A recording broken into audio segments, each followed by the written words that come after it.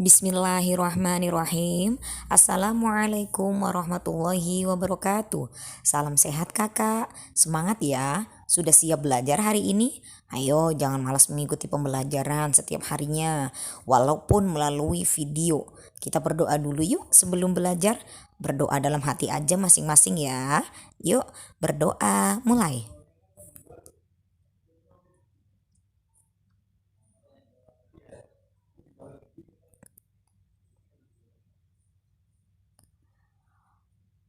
Berdoa selesai. Oke kakak, gimana hari ini sudah pada sarapan? Sholat duhanya sudah dilaksanakan? Ayo absennya jangan lupa diisi ya. Kemudian selalu terapkan protokol kesehatan ketika keluar rumah. Ya kakak, yuk silakan buka pembelajaran ketiganya halaman 77. Nah, mengamati proses pendengaran. Untuk lebih jelasnya simak video berikut. Nah, kita kan punya telinga. Telinga itu fungsinya untuk mendengar. Gimana sih Ustazah proses pendengaran itu? Bunyi itu bisa masuk ke telinga kita. Kemudian bagaimana prosesnya? Untuk lebih jelasnya, simak dulu video berikut ini ya. Nanti baru Ustazah jelaskan lebih detailnya. Silakan disimak dengan baik. Dunia kita penuh dengan bunyi yang tidak terbatas. Tetapi sebenarnya, bagaimana kita menerima bunyi tersebut? Bunyi diterima oleh telinga luar yang terdiri dari daun telinga dan saluran luar pendengaran. Bunyi masuk melalui lubang telinga ke telinga tengah. Bunyi diterima oleh gendang telinga, sebuah membran yang fleksibel yang mulai bergetar ketika gelombang suara menghantamnya. Gelombang suara disalurkan oleh gerakan gendang telinga ke telinga tengah. Di telinga tengah terdapat 3 tulang kecil, yaitu tulang martil, tulang landasan, dan tulang sanggurdi. Secara bersama mereka disebut sebagai rantai musikular. Mereka membentuk jembatan antara gendang telinga dengan pintu masuk telinga dalam. Interaksi di antaranya meningkat dan semakin memperkuat getaran suara sebelum getaran-getaran ini disampaikan secara seutuhnya ke telinga dalam melalui jendela oval. Di telinga dalam terdapat koklea yang berbentuk seperti rumah siput. Di dalamnya terdapat beberapa bagian membran yang berisi cairan. Ketika gelombang suara menggetarkan jendela oval, cairan mulai bergerak dan kemudian menggerakkan sel-sel rambut yang halus. Sel-sel rambut ini kemudian mengubah getaran-getaran menjadi impuls elektrik yang dikirim oleh saraf auditori dan menuju ke otak. Apa yang kita sebut dengan bunyi sebenarnya hanyalah gelombang suara yang ditransmisikan melalui udara.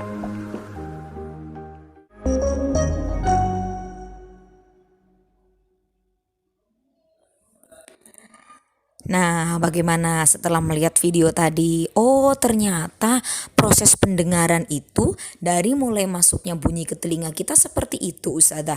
Iya, nih ada bagannya bagaimana cara kerja telinga kita dan bagaimana bunyi itu bisa sampai masuk ke telinga kita dan sampai ke otak kita. Pertama, dari gelombang bunyi masuk ke daun telinga, dilanjutkan ke lubang dan saluran telinga, ya. Daun telinga tahu kan nih yang bisa kita pegang, yang kalau kita wudhu bisa disentuh ya atau diusap masuk ke lubang dan saluran telinga, dilanjutkan ke gendang telinga, lanjut ke tulang pendengaran, dilanjutkan lagi ke rumah siput, kemudian ke saraf pendengaran, terakhir ke otak baru bunyi terdengar. Itu prosesnya sangat cepat ya kakak ya. Begitulah proses bunyi terjadi dan begitu juga cara kerja telinga kita. Nah silahkan kakak buka halaman 78. Nah di halaman 78 ada gambar telinga manusia. Wah Ustazah, gambar telinga manusia ternyata ruwet ya dalamnya. Iya, coba perhatikan tuh, ternyata banyak banget loh bagiannya. Bukan cuma kelihatan di luar aja, di dalamnya banyak. Yuk coba kita lihat satu persatu. Yang pertama dari bagian yang paling luar, yang bisa kita lihat dan bisa kita sentuh. Apakah itu? Yang pertama adalah daun telinga. Kemudian ada lubang telinga, kemudian ada gendang telinga. Awas, hati-hati nih. Gendang telinga ini salah satu bagian yang sangat sensitif. Ketika gendang telinga ini rusak, maka saraf pendengaran akan terganggu. Masuk ke tengah ada tulang landasan dan ada tulang martil. Selanjutnya ada saluran setengah lingkaran, ada rumah siput, ada tingkap bunder, ada tingkap jorong, dan saluran eustasius. Nah, selanjutnya setelah kita tahu bagian-bagian telinga, ternyata telinga kita juga bisa kena gangguan loh. Pernah nggak sesekali itu kadang suka kemasukan air? Gimana tuh kalau kemasukan air? Enak nggak telinganya? Enggak kan? Nah nih beberapa gangguan pendengaran. Ada otitis media, peradangan karena infeksi telinga bagian tengah. Ada otosklerosis, ada peradangan karena infeksi telinga bagian tengah. Ada kolesteatoma, pertumbuhan semacam kista di telinga bagian tengah. Nah itu bahasa-bahasa IPA-nya ya, gangguan pada telinga. Mungkin yang sering kita temui itu gangguan telinga itu contohnya apa? Oh ada yang tuli ya, ada yang congean. Itu beberapa gangguan telinga yang semoga kita terhindar dari itu semua. Gimana caranya biar kita tidak terkena gangguan pendengaran atau telinga kita sehat-sehat aja? Nah perhatikan ya, cara merawat telinga. Berarti telinga kita harus dirawat biar tidak rusak, biar tidak terganggu. Salah satunya membersihkan telinga dengan rutin. Ayo, jangan malas-malaskan membersihkan telinga. Kalian udah gede, udah kelas 4 sudah bisa membersihkan telinga sendiri kan? Selanjutnya, menghindari bunyi terlalu keras. Nah nih, kadang kakak itu suka main-mainan teriak-teriak di telinga temen. Itu jangan loh, berbahaya. Bisa merusak gendang telinga. Kalau gendang telinga sudah rusak, wah sudah wassalam. Bisa-bisa pendengarannya sudah tidak berfungsi lagi atau terganggu. Tidak memasukkan benda tajam ke dalam telinga. Benda tajam apa contohnya? Kakak kalau misalnya lagi belajar suka iseng masukin ujung-ujung pensil ke telinga. Jangan ya, berbahaya. Kemudian rajin memeriksakan telinga ke dokter THT, dokter telinga, hidung, tenggorokan secara rutin. Nah, tadi kakak sudah Ustazah jelaskan tentang gangguan telinga dan bagaimana cara merawatnya. Sekarang apa sih fungsi bagian-bagian telinga? Silakan buka tuh halaman 78 juga ada ya, nanti dibaca. Yang pertama, telinga bagian luar terdiri dari daun telinga yang berfungsi untuk mengumpulkan gelombang bunyi dari luar. Selanjutnya ada lubang telinga berfungsi untuk tempat masuk dan merambatnya gelombang suara di dalam telinga. Jadi telinga itu tersusun dari telinga luar, telinga tengah, telinga dalam. Nah telinga luar terdiri dari ini nih, daun telinga dan lubang telinga. Fungsinya tuh sudah ada ya, di buku paket juga sudah ada, nanti silakan dibaca. Tuh yang dikasih tanda merah tuh, itu yang disebut telinga luar ya. Selanjutnya kita masuk ke telinga tengah. Di telinga tengah ada apa aja Ustazah? Di telinga tengah ada gendang telinga dan ada tulang-tulang pendengaran.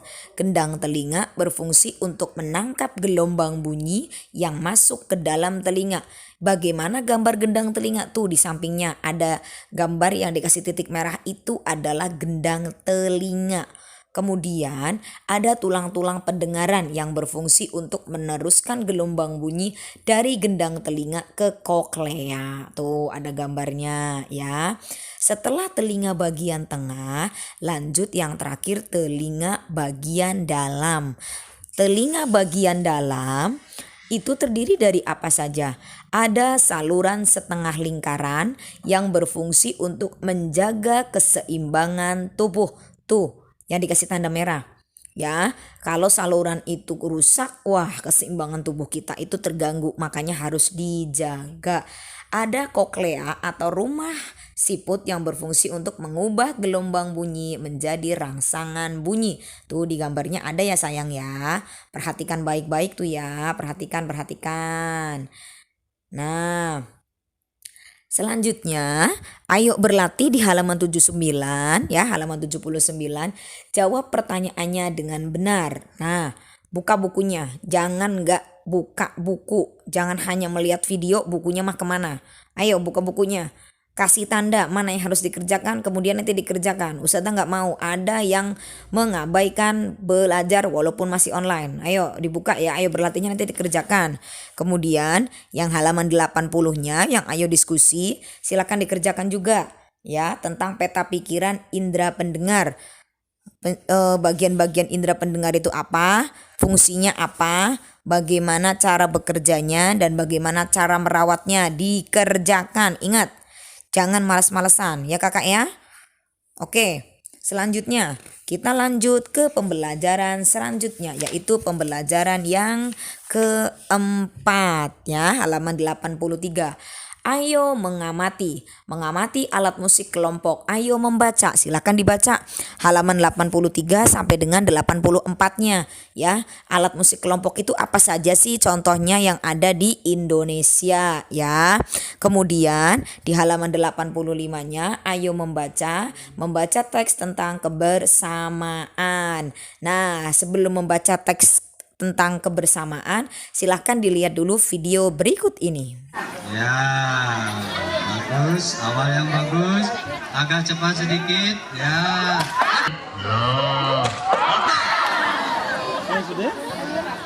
Tempat secara resmi kami buka. Waktu kami kembalikan. Pak Mita, terima kasih. Jadi kan. Ini satu kesempatan satu kali saja. Tapi kalau lolos masih belum tentu juara karena masih ada peserta lainnya. Oke, siap-siap. 1, 2, 3, ya. Ya, slow. Ingat, ya.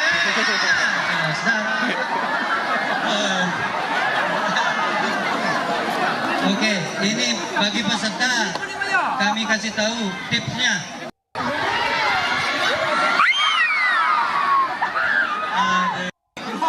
Oke, konsentrasi. Jangan ya.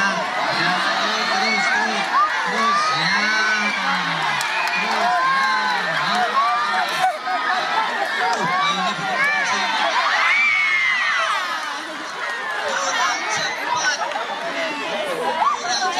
Oke, siap-siap. 1, 2, 3, ya.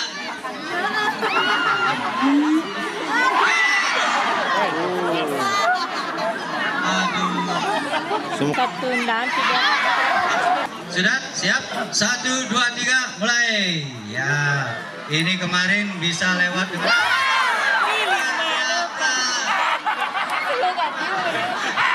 efek penonton yang banyak. Sebagai juara bertahan kemarin masih tidak bisa melewati. Ya, ini juara bertahan kemarin dengan ya, itu juga teknik bagus.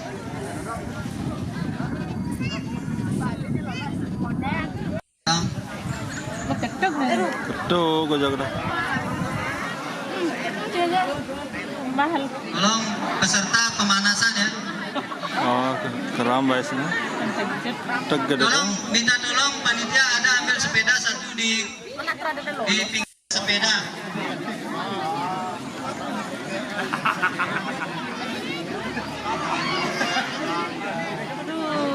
Ya, 1, 2, 3. Apakah ini menjadi peserta pertama yang bisa lolos? Ya, ada yang ada hidang lolos. mungkin ini demam penonton karena kemarin semuanya ahli. Jadi 1, 2, 3. Agak cepat sedikit.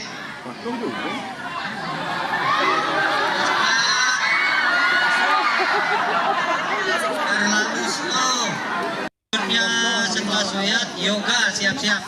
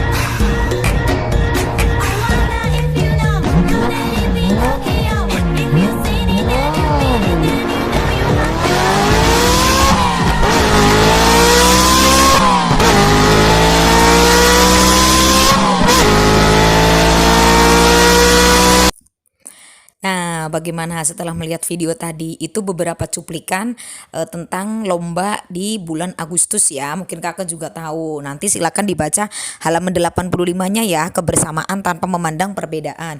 Ternyata dalam kegiatan lomba itu ada loh kerjasamanya. Nah lucu-lucu ya tadi ya. Nah kemudian setelah itu, setelah kalian nanti baca halaman 85, buka halaman 86, silakan kakak kerjakan halaman 86-nya. Yang ayo menulis daftar pertanyaan dari teks kebersamaan tanpa memandang perbedaan. Contoh pertanyaan yang pertama, apakah makna 17 Agustus bagi rakyat Indonesia? Contoh nih pertanyaan kedua misalnya, pertanyaannya, apa yang dilakukan warga desa Sugajaya dalam memperingati hari ulang tahun Indonesia? Tuh contoh pertanyaannya. Yang kedua, ketiga, keempat, kelima silakan kakak kerjakan sendiri. Kemudian yang ayo berlatih silakan kerjakan ya. Ayo berlatihnya di tempat tinggal kalian. Apa saja sih kerjasama yang dilakukan dalam memperingati kegiatan Agustusan? Nah misalnya melaksanakan lomba apa, nanti dikerjakan ya. Silakan yang ayo berlatihnya. Setelah itu yang ayo menulis di halaman 88, kakak menulis kembali gagasan pokok dan gagasan pendukung. Boleh dikerjakan cuma 1-2 paragraf aja nggak apa-apa ya. Tulis gagasan pokoknya apa, gagasan pendukungnya apa dari teks kebersamaan tanpa memandang perbedaan. Oke ya, sekian video hari ini. Semoga bisa dipahami, jangan lupa dikerjakan. Wassalamualaikum warahmatullahi wabarakatuh. Tetap semangat kakak, sampai ketemu lagi di video berikutnya.